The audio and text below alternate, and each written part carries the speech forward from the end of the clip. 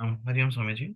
Yeah. Swamiji, if I generally feel more comfortable in doing contemplation, is it a sign that the mind is being lazy and wants to, jump to the final step, or is it that it is just the inclination of the mind towards that kind of meditation? So it is determined by what you are doing in that state of contemplation. Hmm. Is the mind really focusing on the words, the idea, the state, or is it getting into just a state of stupor, blankness, doesn't want to think anything, and just wants to be a little quiet? That's all. Hmm. So you have to know from the quality of the contemplation. Hmm. Hmm. There's nothing wrong if one goes to that state of contemplation. Hmm. If the mind is intensely in a state of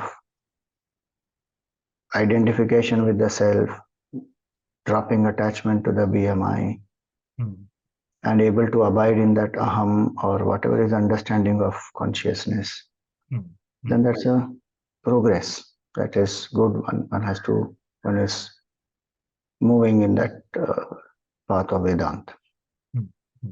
But if the mind goes into wandering or stupor or dullness or just a little bit of thoughtlessness, so less thoughts are there, so more peaceful it feels. It just likes that peace and quietude. Hmm. Hmm. Then that means that the mind is escaping from some things. Yeah. Okay. Thank you so much. Hari Om Guruji. Mm. My question is, I didn't understand on when you spoke about karma and its connection with prana and the body. Could you elaborate? Like how does prana? I mean, how does karma phala keep the prana in the body? As long as the karma is there, the body will ensure that the body will live.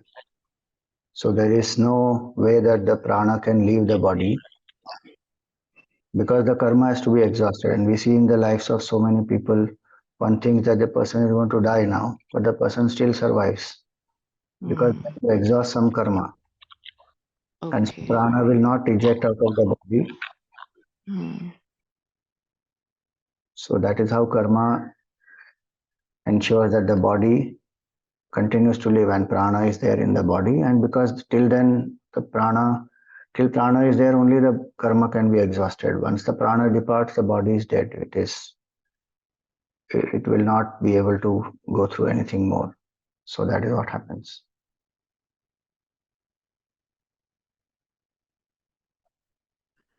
Um, Guruji, so um, what makes it see? How does I mean? For karma to be exhausted, it is something, uh, if you live life ignorantly, then how do you know that your karmas are being exhausted? Does it naturally do it, or is it actions involved in the person, an aware person, that makes that happen? You have to study philosophy for this, understand it, that anyway, whether you know it or not, life is getting exhausted by the prarabdha karma. Sanchit Mm. karma is your total bank from which something is ready to give result that determines your this lifespan. So whether you do it consciously, if you go through it consciously with awareness, I'm going to mute you because a lot of background noise. If you go through it consciously, then the new karmas you will not create if one is aware of how to serve, how to live by the attitude of dedication. Then existing karmas will get exhausted. New karmas will not get created.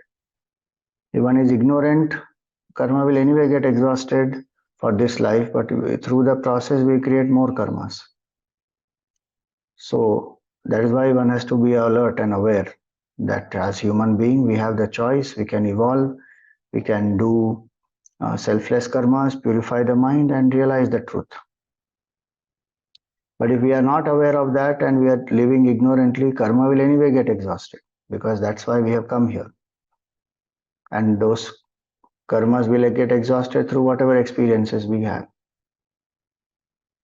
So study Tattva Bodh if you have not, or if you have not studied Vedanta, then please study, then it becomes more clearer.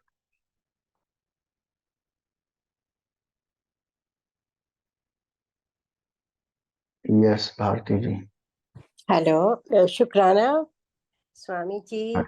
I think we are blessed and chosen ones to have every day this in the morning in Adhik Maas in your guidance.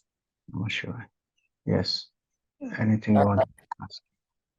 It's all grace, grace you feel all the time that you must have done some good punyas to have these precious moments in your life.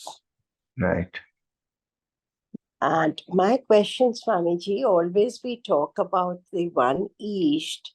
So, Guru can also be the East of yours. Yes. If you That's what. totally surrender, then the Guru is the only East, because that's what I feel. And I have got total surrender towards the Guru. So I think what is money, how you can put light on this? We have been doing that last 30 days. Guru and Ishvara are one. Guru Brahma, Guru Vishnu. So there's nothing wrong about that. So one has the Guru as Ishta and moves ahead with that. Yeah, just that East, that is in the mind. So I think we are going in a right track. Yes. Thank you, Swamiji. Thank you very much. Okay, last question for today. So now, Hariom Swami yes. ji, pranam. Swami ji, from your like अभी आपने जो बताया कि प्राण and karma, how they are interlinked. So this kind of aroused a thinking in the sense that we bring some karmas from our past, which we are utilizing in this life. Plus, we are building more karmas in this life.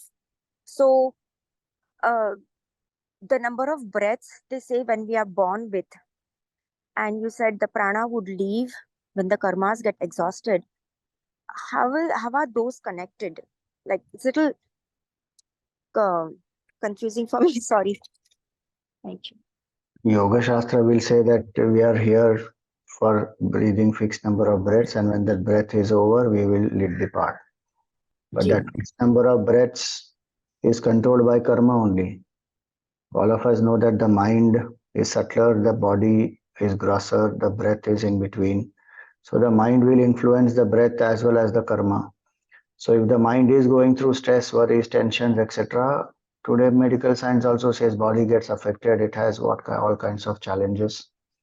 The breathing will become shallow, so the person will breathe faster. So breath count will go increase. The person will die fast. So if we want to connect it that way, one can connect that, okay, breath, number of breaths. Now, nobody knows how many breaths one has come with. So that Bhagavan will take care of all that. That's why we don't have to worry. People are told that number of breaths you have, so that will control your life. That is only because one is encouraged to breathe deeply, and also one is encouraged to have more peaceful mind and think about the divine.